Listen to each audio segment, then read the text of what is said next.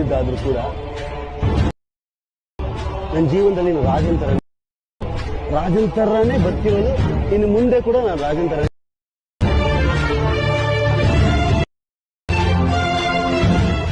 ತುಂಬಾ ಕಷ್ಟದಲ್ಲಿ ಬೆಳೆದಿದ್ದಾದ್ರೂ ಕೂಡ